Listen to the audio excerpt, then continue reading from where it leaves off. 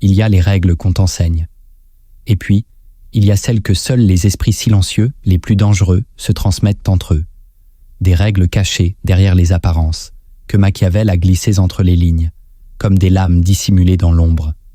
Des règles que l'on ne dit pas parce qu'elles dérangent, parce qu'elles exposent la vérité nue. Le pouvoir ne s'affiche jamais. Il n'a pas besoin de parler, il se tait, il attend, il observe. Car chaque fois que tu entres dans une pièce, tu ne fais pas que te montrer, tu es jugé, pas par ceux qui t'aiment ou qui te haïssent, mais par l'opportunité elle-même.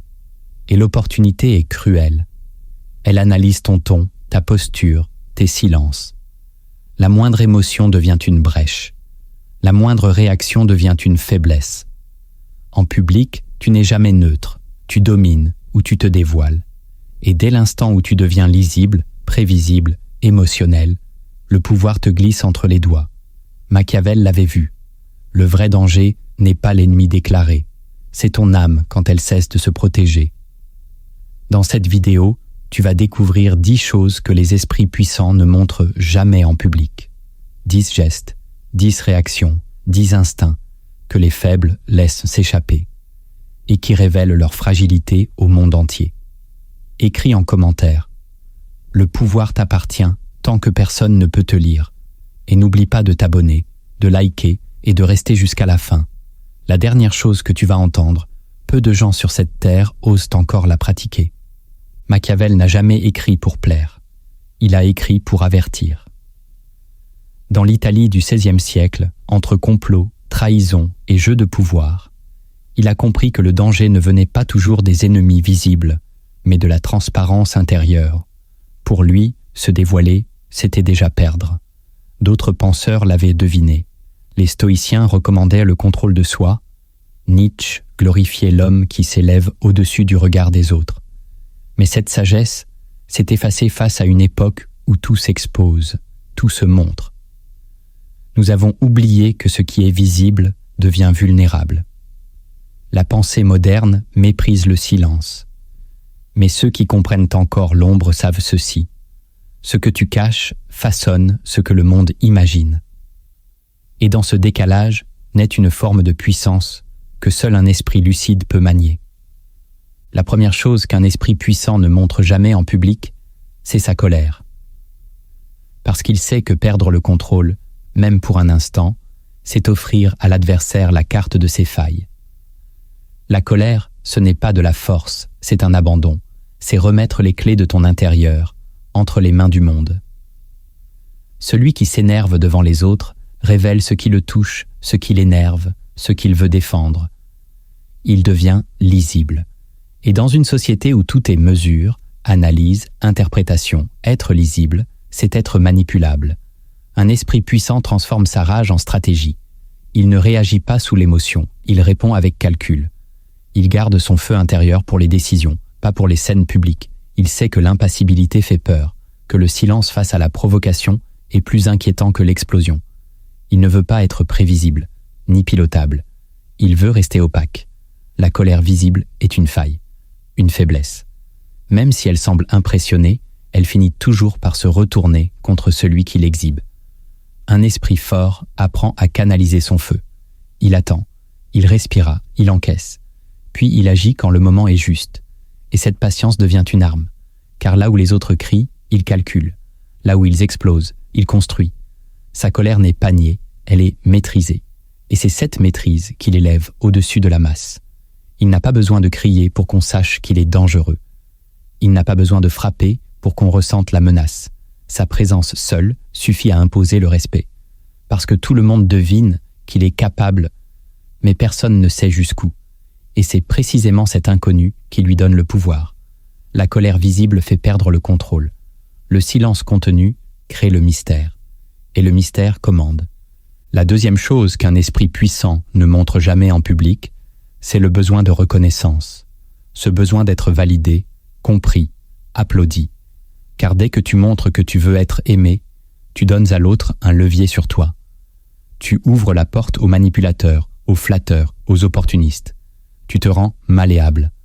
Celui qui a besoin d'être vu devient vite l'esclave du regard qui l'observe. Machiavel le savait.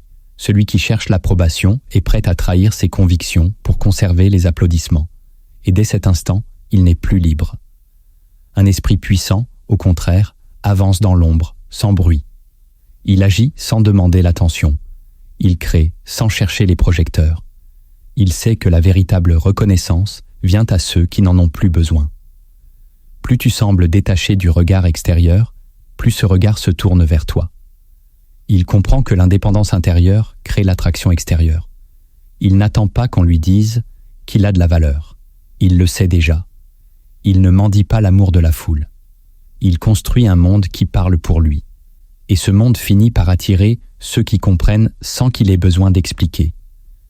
Il sait que l'attente de validation est une corde autour du cou, une corde que d'autres peuvent tirer à leur avantage. Il la coupe. Il marche seul s'il le faut. Il traverse le désert sans spectacle, parce qu'il sait que celui qui a besoin d'être aimé devient inoffensif. Et lui ne veut pas être aimé. Il veut être inévitable. Il veut que sa présence parle, que ses décisions marquent, que son absence pèse. Il ne s'excuse pas d'exister. Il n'attend pas l'autorisation de briller. Il rayonne sans demander. Et c'est ce silence intérieur, cette absence de demande, qui finit par tout conquérir. Car le vrai pouvoir, c'est de ne rien attendre et de recevoir quand même. La troisième chose qu'un esprit puissant ne montre jamais en public, c'est son désespoir. Il peut être brisé à l'intérieur, traverser des tempêtes, se battre contre des ombres que personne ne voit. Mais il garde son visage fermé, impénétrable, parce qu'il sait que montrer son effondrement, c'est inviter les prédateurs. Le désespoir visible excite la cruauté des foules. Il attire les regards malsains, les jugements faciles, les attaques gratuites. Il rend l'homme fragile et donc vulnérable. Un esprit fort pleure, oui, mais seul. Il affronte ses abîmes dans le silence parce qu'il comprend que la souffrance n'a pas besoin de témoins pour être réelle. Il ne s'expose pas. Il ne veut pas devenir un spectacle. Il ne cherche pas la compassion publique, car il sait qu'elle est instable, fragile et souvent empoisonnée. Il préfère être incompris que diminué. Il préfère être distant que plein. Machiavel savait que le monde respecte celui qui tient debout, même dans la tempête, pas celui qui s'effondre en public. Un esprit puissant apprend à marcher avec ses douleurs sans les crier. Il avance, même brisé, mais jamais exposé. Il porte ses failles comme une armure invisible, non pour les nier, mais pour ne pas les offrir. Il comprend que l'élégance du silence face à la chute est plus noble que 1000 lamentations. Il sait aussi que le monde oublie vite ceux qui montrent leur faiblesse, mais n'oublie jamais ceux qui les ont surmontés sans bruit.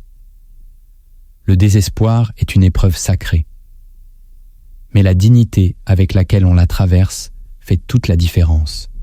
Et celui qui apprend à souffrir sans se dévoiler devient inarrêtable, parce que personne ne sait ce qu'il a traversé, et personne ne pourra jamais anticiper ce qu'il est capable d'endurer. La quatrième chose qu'un esprit puissant ne montre jamais en public, c'est son envie. L'envie est un poison lent. Elle commence par une simple comparaison, puis elle infecte le regard, empoisonne le cœur, détruit la paix intérieure. Celui qui envie devient spectateur de la vie des autres, incapable de bâtir la sienne. Et dès qu'il laisse voir cette envie, il se diminue. Il avoue qu'il se sent en retard, qu'il se mesure, qu'il se juge.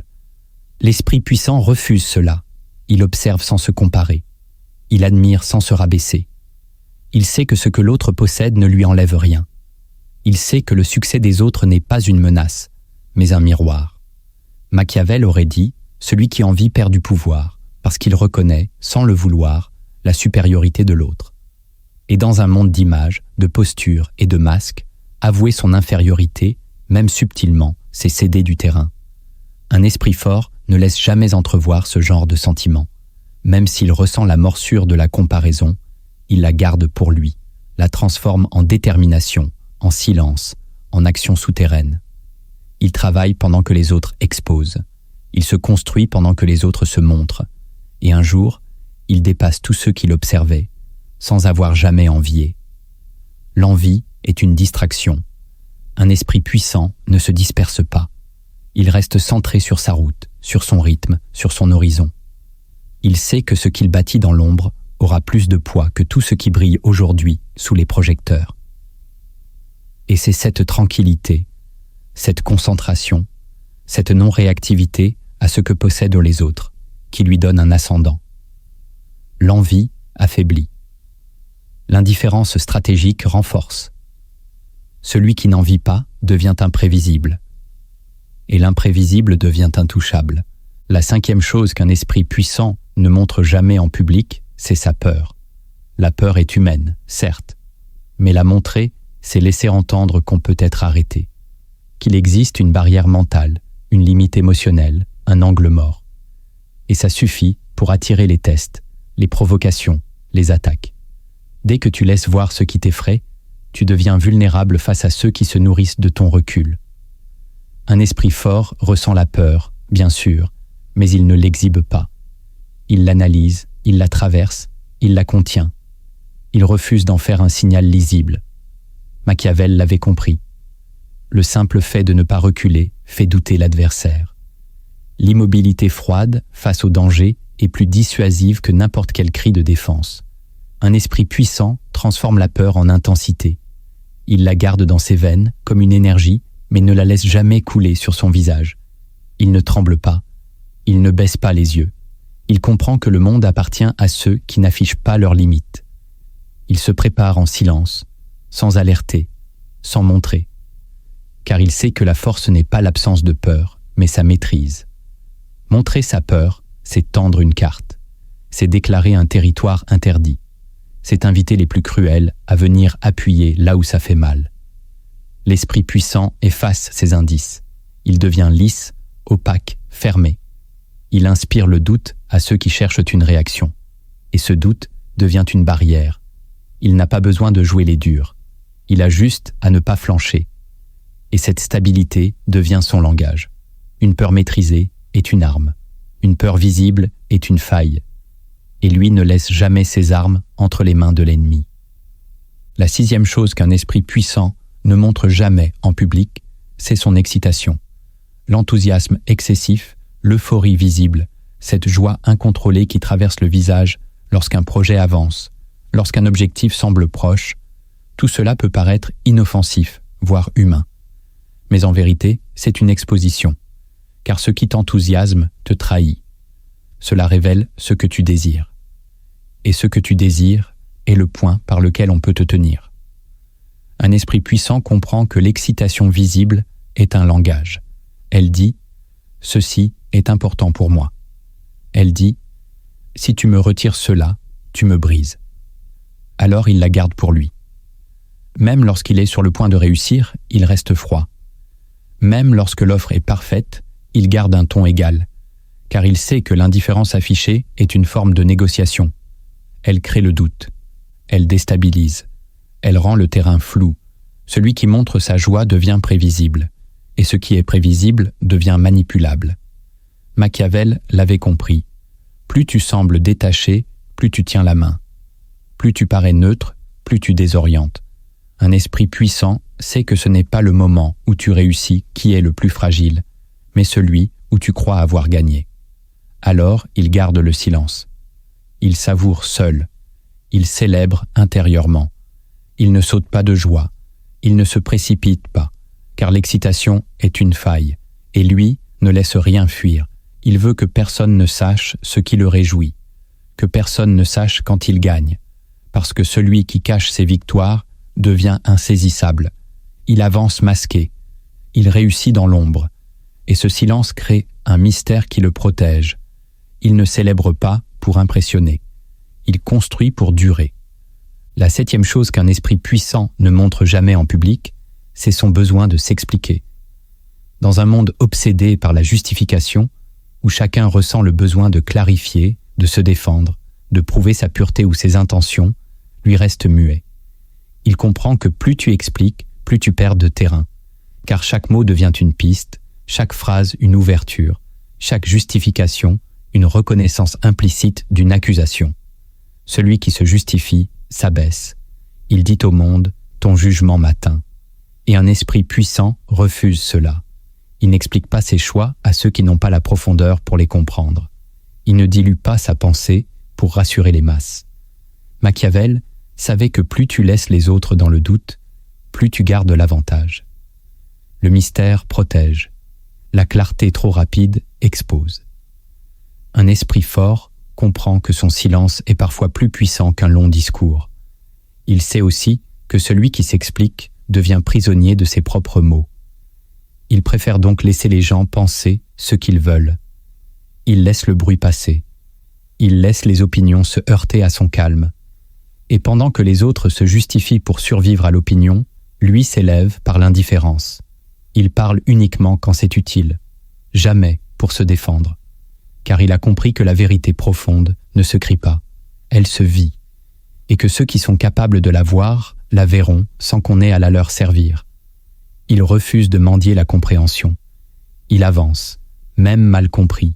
Il agit, même critiqué. Car il sait que s'expliquer, c'est souvent donner du crédit à ceux qui ne le méritent pas. Et un esprit puissant n'investit jamais son énergie dans le regard des ignorants. La 8e chose qu'un esprit puissant ne montre jamais en public, c'est sa stratégie. Il peut avoir un plan complexe, des objectifs clairs, des alliances précises, mais rien ne doit transparaître. Il comprend que dévoiler ce qu'il prépare, c'est ouvrir la porte aux interférences. Dans le monde réel, plus tu annonces ce que tu vas faire, plus tu invites les autres à t'en empêcher. Machiavel l'a répété sans détour. Les intentions doivent rester opaques, même aux plus proches. Car les mots voyagent, les regards trahissent, les détails s'échappent. Un esprit puissant ne partage pas son architecture intérieure. Il cache les fondations de ses décisions. Il laisse croire qu'il improvise, alors qu'il a tout prévu. Il laisse deviner un désintérêt, alors qu'il observe. Il fait silence, mais il avance. Il comprend que le pouvoir vient aussi de l'imprévisibilité, de cette capacité à surgir là où on ne t'attend pas. Il refuse d'annoncer ses projets. Il les construit dans l'ombre. Il ne demande pas l'avis. Il ne sollicite pas les conseils. Il agit. Et c'est tout. Car chaque stratégie dévoilée devient vulnérable. Et lui ne tolère pas la vulnérabilité. Il veut que personne ne sache à l'avance ce qu'il prépare, que personne ne puisse l'interrompre. Il refuse de donner à ses ennemis l'occasion de s'adapter. Il maîtrise son timing, son espace, son tempo, et cela le rend insaisissable. Un esprit puissant sait que les projets profonds ne survivent que dans le silence, et qu'une fois terminés, ils n'ont plus besoin d'être expliqués. Ils s'imposent d'eux-mêmes, parce qu'ils ont été bâtis dans l'invisibilité. La 9e chose qu'un esprit puissant ne montre jamais en public, c'est son instabilité intérieure. Même s'il doute, même s'il vacille, même s'il traverse une crise, il garde la structure. Il ne laisse pas deviner le chaos. Car il sait que le monde ne respecte que ce qui semble solide. Celui qui chancelle devant les autres perd immédiatement en crédibilité. Il peut être brillant, intelligent, stratégique. S'il montre trop d'hésitation, le doute s'installe autour de lui. Machiavel savait que l'autorité repose sur la perception de stabilité, et cette perception se construit dans la constance. L'esprit puissant s'impose une discipline mentale, ne jamais laisser voir la tempête. Il peut tout remettre en question intérieurement, il peut être au bord du vertige, mais il garde le cap en public. Parce qu'il sait que les foules n'écoutent pas la vérité, elles regardent les apparences, et qu'une posture stable suffit souvent à faire croire en une force réelle. Il choisit donc la retenue. Il parle peu, il agit sans trembler, il ne cherche pas à rassurer, il ne se confie pas au hasard. Il filtre ce qu'il montre, il protège ce qu'il traverse, car il comprend que l'instabilité visible attire les opportunistes, les critiques, les dominants. Il préfère donc être vu comme froid que comme confus, comme distant que comme hésitant. Il se sculpte une image de calme, non pas pour mentir, mais pour survivre. Il sait que l'autorité se maintient par la cohérence apparente, et que la vraie transformation, les vraies remises en question, se font dans le silence. L'instabilité intérieure n'est pas une honte, mais la rendre publique, c'est risquer d'être piétiné pendant qu'on se reconstruit. La 10e chose qu'un esprit puissant ne montre jamais en public, c'est son mépris. Il peut juger intérieurement, discerner l'ignorance, détecter l'hypocrisie, mais il ne laisse rien transparaître, car il sait que mépriser, c'est révéler ce qui nous dérange, c'est montrer que quelque chose a eu assez d'importance pour susciter une réaction. Et cela suffit pour nous rendre atteignables. Celui qui affiche son mépris cherche encore à dominer. Celui qui n'en montre rien a déjà dépassé. Machiavel l'avait compris. La supériorité véritable n'a pas besoin de s'affirmer, elle se constate. Un esprit puissant ne gaspille pas son énergie à signaler ce qu'il trouve bas. Il l'ignore, non pas par faiblesse, mais par maîtrise. Il sait que mépriser ouvertement, c'est ouvrir une guerre inutile, et il ne se bat que quand c'est nécessaire. Il garde son regard neutre. Il refuse les confrontations gratuites. Il ne fait pas la leçon. Il ne cherche pas à redresser les autres. Il avance. Il impose par la constance, pas par la critique. Il sait que le silence face à la médiocrité est plus tranchant qu'une remarque hautaine. Il laisse chacun à son niveau, sans interférer. Et cette retenue devient une force. Elle crée une distance que les autres sentent, sans pouvoir la briser. Il n'a pas besoin de mépriser, parce qu'il n'est plus affecté. Et c'est cela, le sommet du détachement, ne plus réagir du tout. Un esprit puissant ne méprise pas. Il transcende.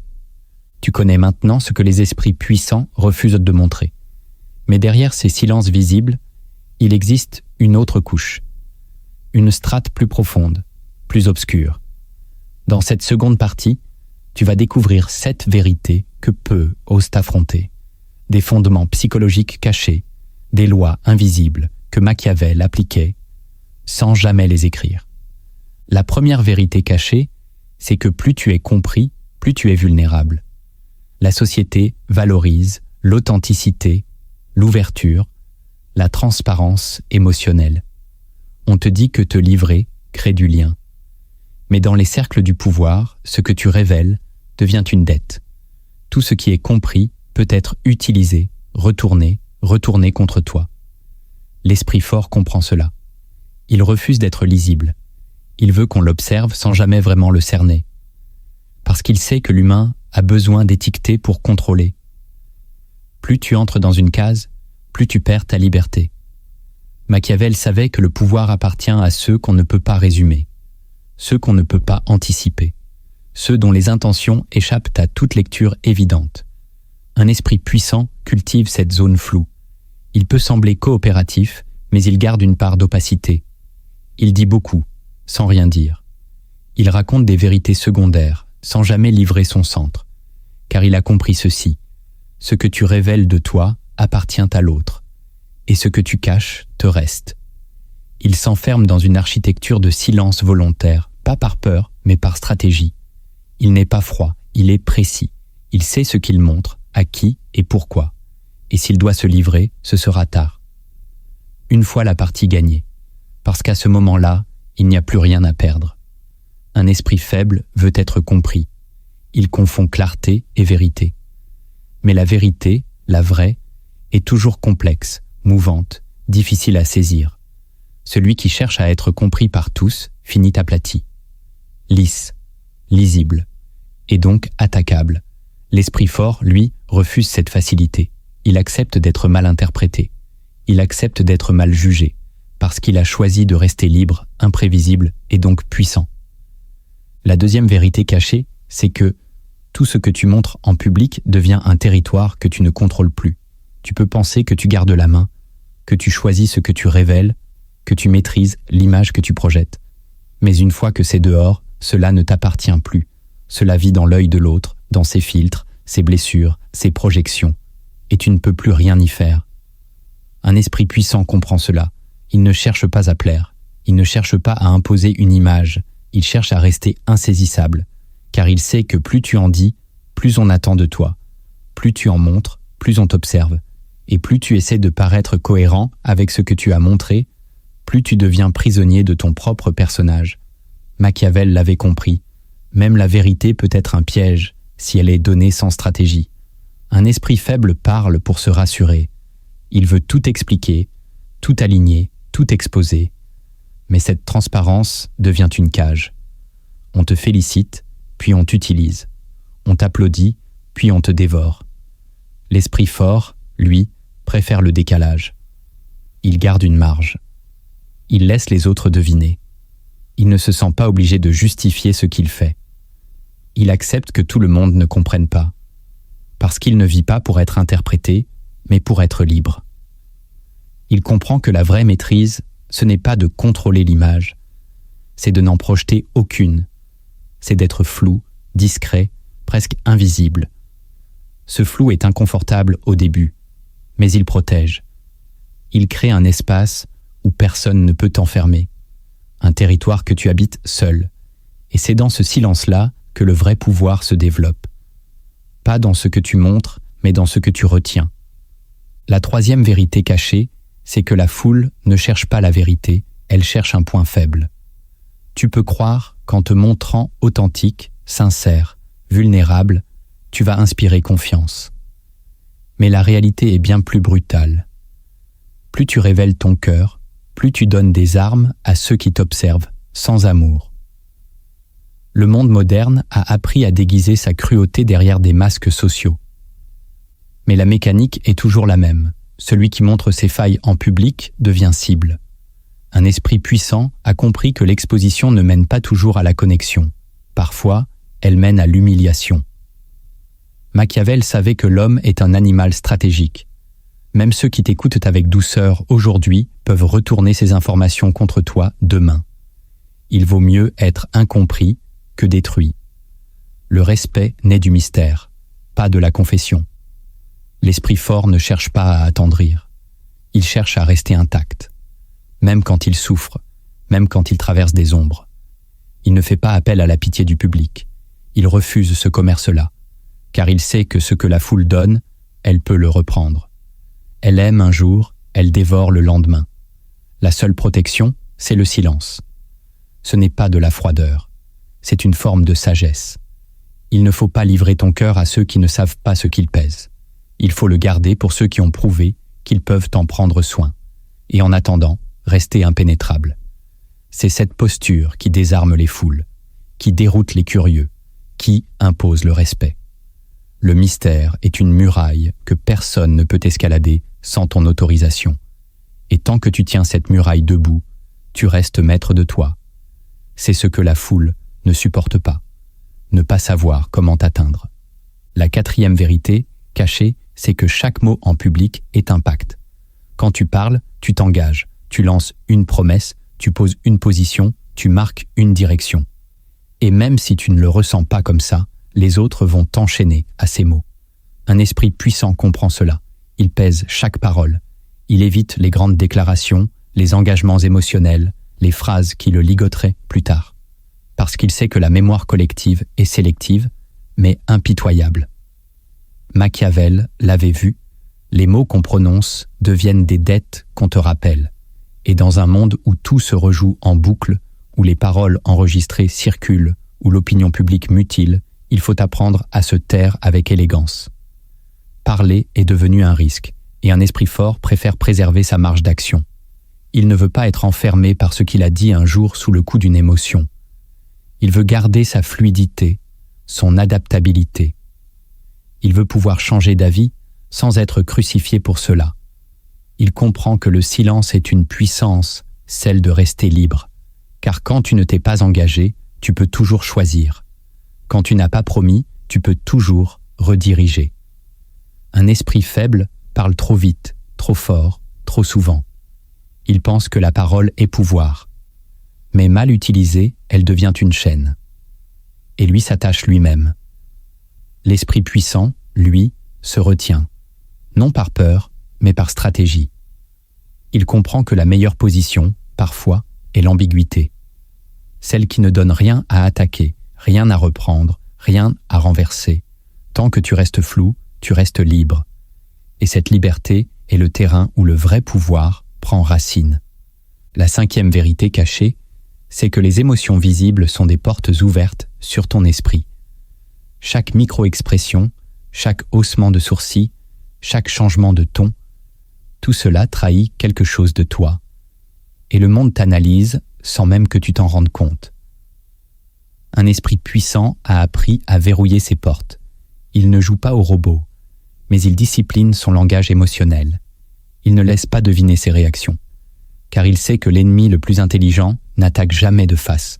Il étudie, il observe, il attend un signe, une faille, une réaction, et puis il frappe. Machiavel le savait, la guerre commence toujours par l'information. Celui qui lit dans ton visage a déjà une longueur d'avance. L'esprit fort travaille donc sa neutralité. Il cultive l'art de ne rien dire avec son corps. Il rend ses silences impénétrables. Il comprend que l'émotion visible, c'est de la donnée brute pour ceux qui cherchent à le comprendre. Et il ne donne pas cette donnée. Même lorsqu'il est surpris, il garde le calme. Même lorsqu'il est attaqué, il garde la densité. Il veut que personne ne sache ce qu'il pense, ce qu'il ressent, ce qu'il prévoit. Parce que ce que les autres ne savent pas, ils ne peuvent pas contrôler. L'émotion est humaine, bien sûr. Mais l'émotion visible est un risque. Et lui ne s'offre pas à ce risque. Il se protège par la maîtrise. Non pas pour paraître froid, mais pour rester libre. Il veut être une surface lisse, sans aspérité. Rien sur quoi on puisse accrocher une interprétation. C'est cette opacité émotionnelle qui lui donne l'ascendant. Et cette maîtrise devient une force dans un monde où tout le monde réagit trop vite. La 6e vérité cachée, c'est que ton silence dérange plus que tes cris. Dans une société saturée de bruit, d'opinions, de déclarations constantes, celui qui se tait devient une anomalie. Et cette anomalie crée un malaise. Un esprit puissant le sait. Il sait que le silence stratégique est une provocation invisible. Il déstabilise. Il oblige l'autre à se dévoiler en premier. Machiavel avait déjà compris que le silence est une arme. Celui qui parle le moins écoute le plus, et celui qui écoute voit plus loin. Le silence te donne de la hauteur. Il te place au-dessus de la mêlée. Il crée une aura, une tension, une attente. Et dans cette attente, c'est l'autre qui se perd. C'est lui qui comble le vide, qui en dit trop, qui se fatigue, tandis que toi, tu restes ancré. Le silence n'est pas un retrait, c'est un territoire, celui de la maîtrise. L'esprit faible parle pour combler. Il a peur du vide, il veut exister à travers le son. L'esprit fort, lui, accepte le vide. Il s'y installe, il le transforme en levier. Et c'est cette capacité à rester dans le silence, à ne pas se précipiter, à ne pas réagir immédiatement, qui le rend redoutable. Il n'a pas besoin de crier pour être entendu. Il n'a pas besoin d'argumenter pour convaincre. Son calme parle à sa place. Et c'est cela que les autres sentent, même s'ils ne peuvent pas l'expliquer. La 7e vérité cachée, c'est que l'image de soi est un piège. Dès que tu commences à construire une image, tu entres dans un processus de gestion. Il faut l'entretenir, la défendre, l'ajuster. Et tu deviens dépendant d'elle. Un esprit puissant refuse cela. Il ne veut pas être prisonnier d'une posture. Il veut pouvoir changer, évoluer, surprendre. Machiavel l'avait vu. Celui qui tient à son image devient figé. Il cesse d'être fluide, il cesse d'être libre. L'esprit fort préfère le mouvement. Il ne cherche pas à paraître cohérent aux yeux du monde, mais à rester en vérité avec lui-même. Il comprend que l'image est un costume, et qu'à force de le porter, on finit par croire que c'est la peau. Il s'en détache. Il accepte d'être contradictoire, d'être incompris, d'être changeant, parce qu'il sait que la véritable puissance, c'est de ne rien devoir à ce que tu projettes. Il ne veut pas séduire, il veut rester vrai, même si cette vérité dérange, même si elle bouscule. Il préfère être en désaccord avec l'attente extérieure que trahir son mouvement intérieur. Et c'est cela, la liberté ultime. Ne pas avoir à protéger une image. Ne rien craindre de ce qu'on dira. Ne rien devoir à ce qu'on pense. L'image te donne de la visibilité. Le détachement te donne la puissance. Tu sais maintenant ce que les puissants cachent. Tu connais les vérités invisibles qu'ils gardent pour eux. Mais la lucidité ne suffit pas. Il faut des armes, des techniques concrètes. Dans cette dernière partie, tu vas apprendre à appliquer tout cela, non pas en théorie, mais dans ton corps, ton attitude, ta présence, là où tout commence. Première technique, l'art de parler peu, mais juste. La première chose que tu dois transformer, c'est ton rapport à la parole. Car ta bouche est souvent l'arme qui te trahit le plus. Parler trop, trop vite, trop spontanément, c'est donner aux autres une carte de ton esprit. C'est leur révéler tes intentions, tes attentes, tes fragilités. Un esprit puissant parle moins. Mais chaque mot est choisi, chaque phrase contient un poids. Ce n'est pas du mutisme, c'est de la précision. Il ne cherche pas à meubler, il cherche à construire. Et quand il parle, le silence autour de lui s'épaissit. Parce que tout le monde sent que ce qu'il dit n'est pas une fuite, mais un acte. Apprends à laisser des silences entre tes idées. Apprends à ne pas répondre tout de suite. Ne cherche plus à prouver ni à convaincre. Dis peu, mais dis vrai. Laisse ton corps compléter le message. Laisse ta posture faire le travail. Parler peu, c'est aussi écouter plus. Et celui qui écoute voit plus loin. Il entend ce que les autres révèlent sans s'en rendre compte. Il lit les failles, les besoins, les jeux, et il garde tout cela sans le montrer. C'est ainsi qu'il prend de l'avance, sans jamais avoir eu à s'imposer. Pour t'exercer, commence par réduire tes mots dans les moments de tension. Réponds avec lenteur. Respire avant de parler. Observe l'impact de ta retenue. Tu verras que ceux qui sont en face se réajustent. Ils sentent la densité de ta présence et ils modifient leur approche. Parce qu'en parlant peu, tu imposes plus. Et cette économie de mots devient la marque d'une puissance intérieure que personne ne pourra plus ignorer. Deuxième technique, garder son centre émotionnel en toute situation. Un esprit puissant ne se laisse pas emporter par l'extérieur. Il vit dans son axe. C'est là sa plus grande protection. Tu dois apprendre à ne plus réagir comme un élastique qu'on tire dans tous les sens. Apprends à te regarder de l'intérieur quand tout autour de toi s'agite.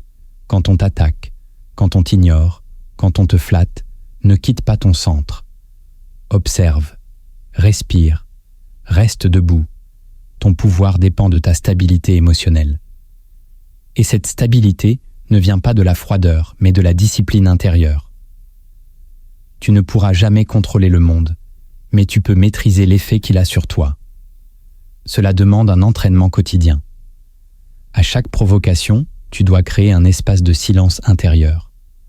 Une seconde de non-réaction. Un battement où tu refuses de fuir, d'exploser, de t'excuser. Tu ne dois plus être tiré par les émotions des autres.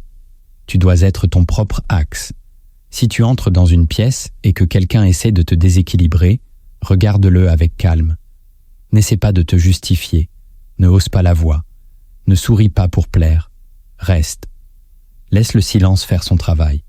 Tu verras que cette absence de réaction crée une tension nouvelle. Elle impose un respect. Car très peu savent rester dans leur axe quand l'environnement cherche à les décentrer. Garde en toi une image, un arbre au milieu d'un vent violent. Il plie, mais ne rompt pas. Il reste ancré. Il sait que le vent passera, mais que lui restera. C'est ce que tu dois devenir. Un point fixe dans un monde agité.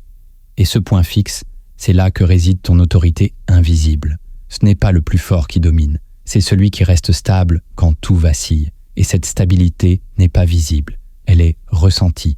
C'est elle qui impose, c'est elle qui inspire, et c'est elle qui te rend intouchable.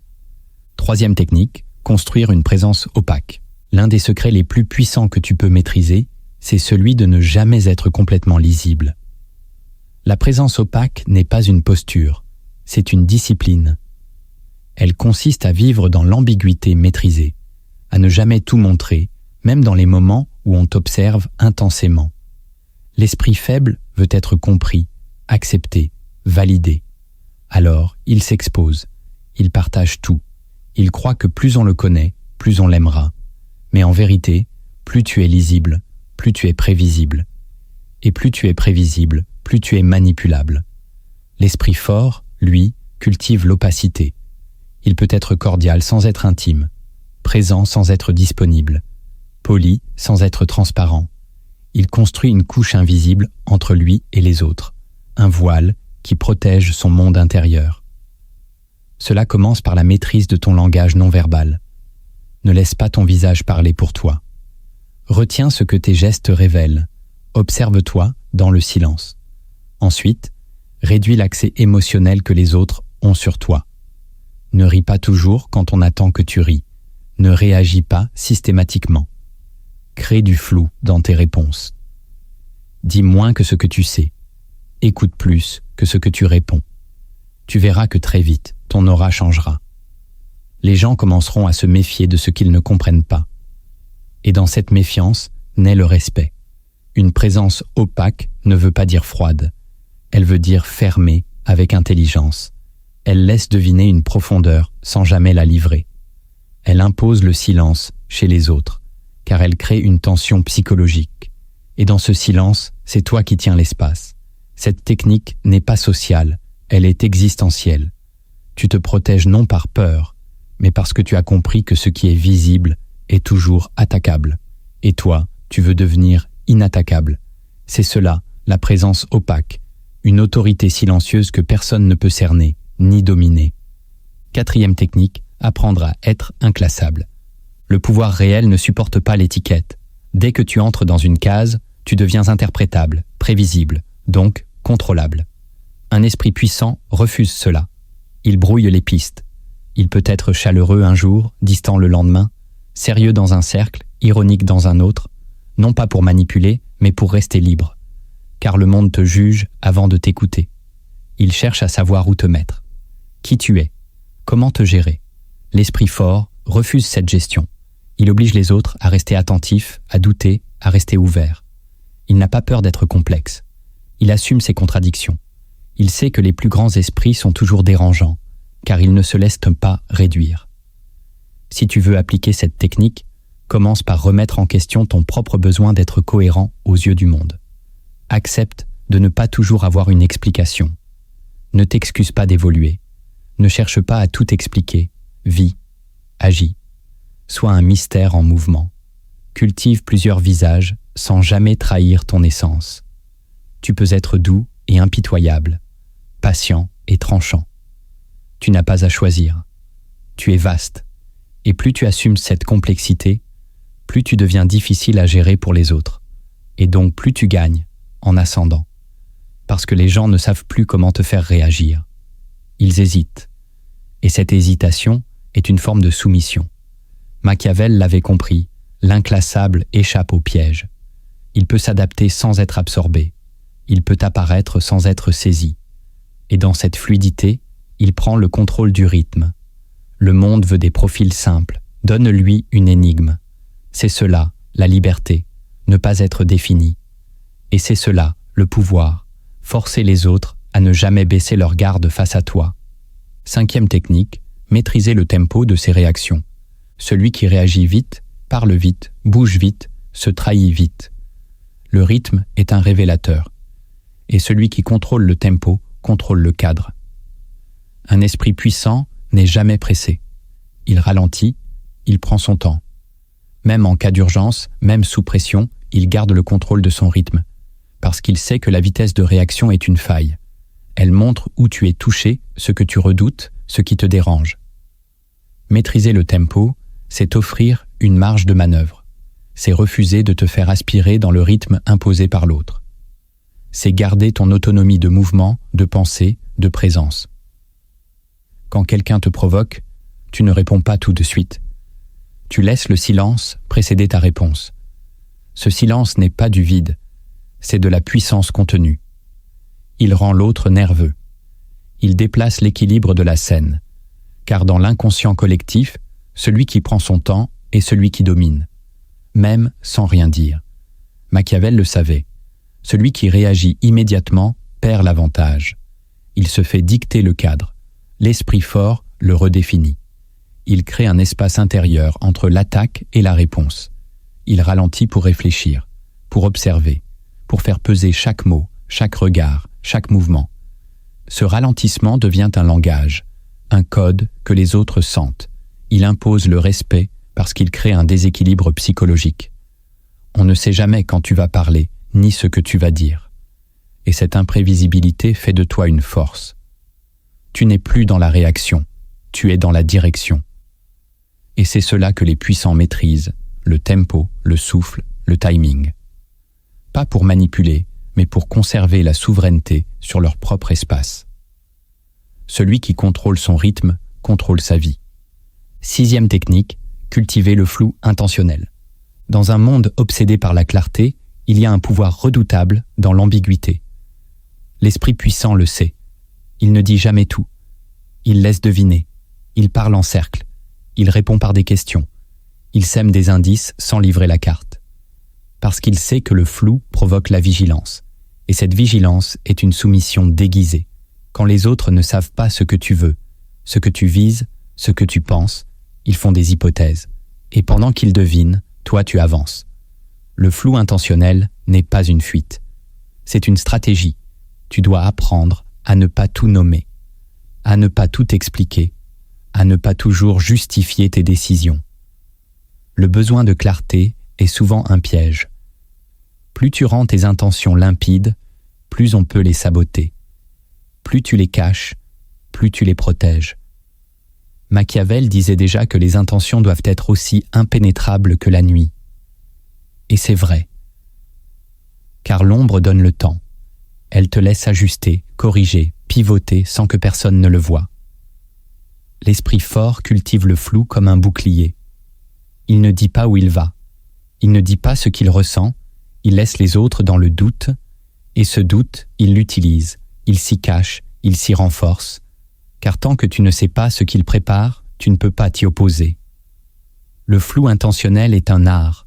Il demande de la finesse, de la patience, de la discipline. Mais quand tu le maîtrises, tu deviens intouchable. Parce que même si l'on te regarde, personne ne sait ce que tu fais. 7e technique, installer le respect sans le demander. Le respect ne se quémande pas. Il ne se réclame pas. Il s'impose sans un mot. Et pour cela, l'esprit puissant travaille sur ce qu'il émane, pas sur ce qu'il exige. Il ne cherche pas à être aimé. Il ne cherche pas à être craint. Il cherche à être ressenti comme une présence qu'on ne peut pas ignorer. Cela commence par la cohérence. Ce que tu dis doit être aligné avec ce que tu es. Pas de masque, pas de rôle. Une densité calme, une fermeté douce, le regard fixe, les gestes posés, les silences pleins. C'est cette stabilité qui crée le respect. Car les autres sentent qu'ils ne peuvent pas t'amener là où ils veulent. Tu ne bouges pas sous la pression. Tu ne réagis pas au chantage émotionnel. Tu ne t'excuses pas d'être là. Tu tiens ton espace. Et tu le tiens sans bruit. Tu ne cherches pas à convaincre. Tu incarnes. Tu ne demandes pas l'écoute. Tu attires l'attention par ton poids intérieur. C'est cette gravité silencieuse qui impose le respect. Machiavel le savait. Celui qui parle de respect ne l'a pas. Celui qui l'incarne n'a pas besoin de l'exiger. L'esprit fort n'élève pas la voix. Il n'a pas besoin de s'imposer. Il est, et c'est suffisant. Travailler cela demande du temps. Cela demande de la solitude, de la confrontation, de l'épuration. Mais quand tu atteins cette épaisseur, ce calme dense, tu deviens un repère. Et ceux qui entrent dans ton champ ressentent ta présence comme une limite. Non pas parce que tu l'as affirmée, mais parce qu'elle est réelle. Tu viens de traverser un territoire que peu de gens osent explorer. 10 choses que les esprits puissants ne montrent jamais en public. 7 vérités invisibles, trop aiguisées pour être partagées dans les cercles ordinaires. Et 7 techniques de silence et de maîtrise qui transforment lentement un être fragile en force stratégique. Ce que tu viens d'entendre n'est pas un simple contenu, c'est un code. Un code pour échapper à la normalité écrasante de l'exposition permanente. Un code pour renaître à l'intérieur dans un monde où tout te pousse à t'expliquer, à te montrer, à réagir. Mais tu dois comprendre une chose, le pouvoir ne s'annonce pas. Il ne crie pas, il ne gesticule pas, il n'a rien à prouver. Il se vit dans le silence, il s'impose dans le mystère, il se construit dans l'ombre. Machiavel l'avait vu. Nietzsche l'a confirmé. Et toi, tu l'as ressenti à travers chaque mot de ce voyage. Tu ne dois plus gaspiller ton énergie à essayer d'être compris.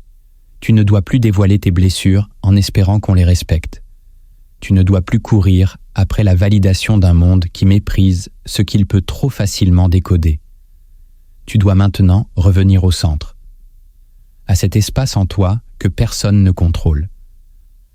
Là où tu décides qui tu es, ce que tu montres, ce que tu retiens. Là où le pouvoir commence réellement. Ce que tu caches n'est pas une faiblesse, c'est une force. Ce que tu protèges n'est pas un manque, c'est un trésor. Ton opacité n'est pas une distance froide, c'est une muraille sacrée. Les gens faibles veulent tout dire, tout expliquer, tout exposer. Ils pensent qu'en s'ouvrant, ils inspirent confiance. Mais ils ne font que livrer leur pouvoir à ceux qui attendent un signe pour frapper. Ceux qui t'observent ne cherchent pas toujours à te comprendre. Parfois, ils attendent juste que tu ouvres la porte. Et quand c'est fait, il est trop tard. Toi, tu ne dois plus ouvrir cette porte. Tu dois la sceller. Tu dois devenir celui qu'on ne peut pas lire, celui dont on ne devine pas les intentions, celui qui ne parle pas pour séduire, mais qui agit pour durer.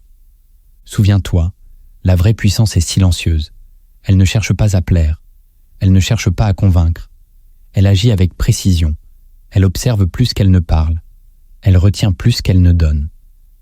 Et c'est cette retenue qui crée une aura que personne ne peut feindre. Tu n'as pas besoin de ressembler aux autres. Tu n'as pas besoin de t'expliquer pour être accepté. Tu n'as pas besoin d'exposer ta douleur pour qu'elle soit vraie. Ce que tu gardes en toi te façonne plus que ce que tu montres. Et c'est cette intériorité, maîtrisée, sculptée, raffinée dans le feu du silence, qui deviendra ton trône. Ce monde ne respecte pas les âmes transparentes. Il les utilise, il les vide, il les jette. Ce monde respecte ce qu'il ne peut pas comprendre, ce qu'il ne peut pas atteindre, ce qu'il pressent sans pouvoir nommer. Devient cela, devient l'invisible, devient le calme au milieu du chaos, devient la présence qui dérange sans parler, le regard qui traverse sans crier, le silence qui dicte sans imposer. Et alors, tu n'auras plus besoin de te défendre. Ton existence parlera pour toi. Si tu es allé jusqu'au bout de cette vidéo, c'est que quelque chose en toi est prêt. Prêt à rompre avec la logique des foules, prêt à habiter ton silence, prêt à manier le pouvoir sans qu'il te corrompe, prêt à devenir cet être rare, qui n'a plus besoin d'être vu pour être redouté. Abonne-toi maintenant. Partage cette vidéo à celui qui doit entendre cette vérité. Et souviens-toi de cette phrase. Le mystère ne protège pas seulement ton pouvoir, il en est la source.